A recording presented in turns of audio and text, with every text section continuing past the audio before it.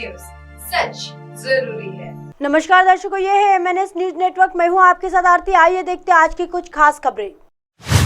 ओडिशा दौरे पर छत्तीसगढ़ के डिप्टी सीएम TS सिंहदेव का बड़ा बयान, बातचीत से होगा महानदी विवाद का समाधान। छत्तीसगढ़ के उप मुख्यमंत्री TS सिंहदेव बुधवार को भुवनेश्वर पहुंचे। TS सिंहदेव ने कई मुद्दों पर ETV भारत से बातचीत में अपनी राय रखी। सिंहदेव ने कहा कि बातचीत से छत्तीसगढ़ और ओडिशा के बीच महानदी जल विवाद का निपटारा हो सकता है। TS सिंहदेव का भुवनेश्वर में महानदी विवाद पर बयान। छत्तीसगढ़ के उप मुख्यमंत्री TS सिंहदेव आज ओडिशा की राजधानी भुवनेश्वर पहुंचे। सिंहदेव का यहां कांग्रेस कार्यालय में नेताओं ने भव्य स्वागत किया। इस दौरान प्रदेश कांग्रेस भवन में PCC अध्यक्ष शरद पटनायक के नेतृत्व में एक बैठक का भी आयोजन किया गया। ETV भारत ने सिंहदेव से खास बातचीत की। उन्होंने कहा कि ओडिशा के साथ साथ पूरे देश में ही कांग्रेस का भविष्य उज्जवल है। सिंहदेव ने महानदी जल विवाद के जल्द निपटारे की बात कही है। पूरे देश में कांग्रेस का भविष्य। TS सिंहदेव ने कहा कि ओडिशा के साथ साथ पूरे देश में कांग्रेस का भविष्य उज्जवल है। हर कोई कर्नाटक चुनाव का इंतजार कर रहा था। कर्नाटक में कांग्रेस की जीत के बाद सभी की धड़कनें बढ़ गई है। बीजेपी ने कर्नाटक में इस तरह के हथकंडे अपनाए, लेकिन वह जीत का स्वाद नहीं चख सकी। कांग्रेस पार्टी ने बीजेपी को हराया। इस चुनाव में कर्नाटक की जनता ने जागरूकता दिखाई। बीजेपी लोगों की भावनाओं के आधार पर राजनीति कर रही है। लोग ये समझ गए कि ओडिशा और छत्तीसगढ़ के बीच लंबे समय से चले आ रहे महानदी जल विवाद का समाधान हो जाएगा। अगर दोनों राज्य चाहे तो जल विवाद को बातचीत के जरिए सुलझाया जा सकता है। महानदी का 80% पानी समुद्र में जा रहा है। हमें इसका अच्छे से इस्तेमाल करें। हमें ऐसा करना चाहिए। हम इस बारे में सोचना चाहिए। इस TS सिंहदेव उप मुख्यमंत्री छत्तीसगढ़ भाजपा लोगों को कर रही नाराज। इसके अलावा सिंहदेव ने कहा कि बीजेपी में पुलवामा हमला, सर्जिकल स्ट्राइक, राम मंदिर पर राजनीति की है। अब वह लोगों को और नाराज नहीं कर सकती। केंद्र सरकार ने हर साल 2 करोड़ युवाओं को रोजगार देने का वादा किया था। हालांकि सब कुछ पानी पानी हो गया है। मोदी सरकार ने इस संदर्भ में कुछ नहीं किया। छत्तीसगढ़ में कांग्रेस आगे है। बता दें कि छत्तीसगढ़ में कांग्रेस के पास भाजपा से अधिक सीटें। कांग्रेस के पास 71 विधानसभा सीटों पर कब्जा है। साल के अंत में छत्तीसगढ़ में विधानसभा चुनाव है। इस बीच कांग्रेस छत्तीसगढ़ में 75 सीटें जीतने का दावा कर रही है। सिंहदेव ने ओडिशा के भुवनेश्वर में सभी मुद्दों पर अपनी राय ETV भारत के साथ बातचीत में रखी। TS सिंहदेव का कहना है कि कांग्रेस अपने विचारों से बल पर आगे बढ़ी है। कर्नाटक चुनाव में जीत के बाद पार्टी के हौसले बुलंद है। छत्तीसगढ़ में भी कांग्रेस जीत हासिल करेंगी। आइए देखते हैं अगली खबर की तरफ। दिल्ली से वापस लौटकर CM धामी ने PM की तारीफ। सौंग बांध और अमृतसर कोलकाता कॉरिडोर के लिए मांगी स्वीकृति। दिल्ली दौरे से वापस लौटे CM पुष्कर सिंह धामी ने PM से हुई मुलाकात के बारे में जानकारी दी। उन्होंने कहा कि प्रदेश में कई परियोजनाएं शुरू हुई है, जिसकी स्थिति के संबंध में प्रधानमंत्री नरेंद्र मोदी को बताया गया है। साथ ही अन्य परियोजनाओं की स्वीकृति के लिए भी अनुरोध किया गया है।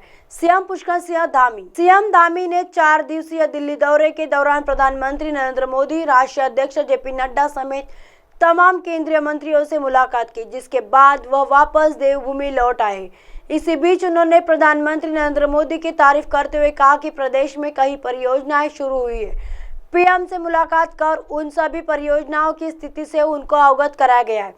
इन परियोजनाओं में ऋषिकेश कर्णप्रयाग रेल लाइन, केदारनाथ का पुनर्निर्मित और बद्रीनाथ का मास्टर प्लान के साथ तमाम अन्य प्रोजेक्ट शामिल है।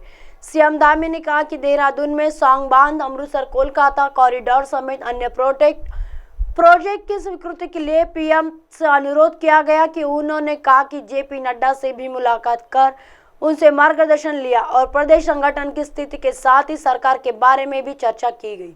ये 4 दिवसीय दिल्ली दौरा महाजन संपर्क अभियान के तहत था, जो पार्टी की ओर से 1 महीने तक देश भर में चलाया गया है।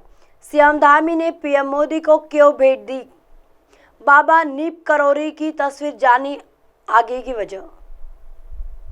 महाजन संपर्क अभियान के तहत तमाम कार्यक्रम उत्तराखंड में हुए, जिसको लेकर चर्चा की गई है, जिसके साथ ही किस तरह से समन्वय बनाकर संगठन काम करता है, उस पर भी चर्चा हुई। यही नहीं, प्रधानमंत्री और अन्य केंद्रीय मंत्रियों से उनके विभागों से संबंधित चर्चा हुई।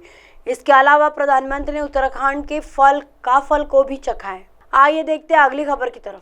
एनसीपी के आने से कोई असंतोष नहीं, मुझे पता है मेरे इस्तीफे की खबर कौन प्लान कर रहा है, सीएम शिंदे।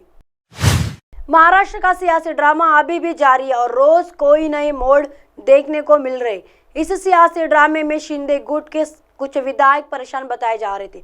अटकलें चली पड़ी थी कि कुछ खेल हो सकता है, लेकिन इस बीच मुख्यमंत्री एकनाथ शिंदे ने अपने विधायकों के साथ एक बैठक की और अब उस बैठक के बाद उनकी तरफ से एक बयान दिया गया है। शिंदे की दो टूक नहीं होंगी अब बगावत। मुख्यमंत्री एकनाथ शिंदे ने साफ कर दिया है कि एनसीपी के आने से शिवसेना में किसी भी तरह का असंतोष नहीं है और वे एनसीपी के साथ मिलकर ही काम करने वाले। उन्होंने कहा कि हमें पता है कौन ऐसी खबरें प्लान कर रहा है। एनसीपी के आने से कोई असंतुष्टि नहीं, किसी को भी असुरक्षित होने की जरूरत नहीं है। ये सभी को समझना चाहिए कि एनसीपी का साथ आना राजनीतिक घटना है। अब एकनाथ शिंदे का ये बयान बताने के लिए काफ़ी है कि उन्होंने अजित पवार को भी अभी के लिए खुले दिल से स्वीकार कर लिया है। वैसे जिस समय शिंदे गुट के विधायकों ने बगावत की थी तब उसकी एक वजह अजित पवार भी रहे थे। उस समय कहा गया था कि शिंदे गुट के विधायकों को अजित पवार के वित्त मंत्री रहते समय फंड्स नहीं मिलते थे, जिस वजह से विकास कार्य रुक जाते थे। लेकिन अब क्योंकि वही अजित एनडीए के साथ आ गए तो शिंदे गुट के विधायकों में असंतोष की खबरें आने लगी। इसमें पहले वो खबरें और बल पकड़ती सीएम शिंदे ने सामने से आकर इसे खारिज कर दिया है। अब आप हमारे चैनल को आपके मोबाइल पर भी देख सकते हैं। मोबाइल ऐप पर देखने के लिए प्ले स्टोर से MNS news TV app download करें।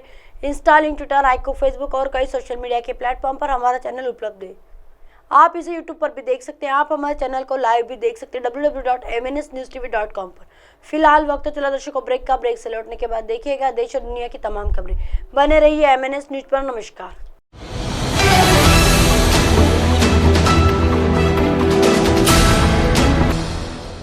ये है MNS न्यूज़ नेटवर्क और आप देख रहे हैं MNS न्यूज़।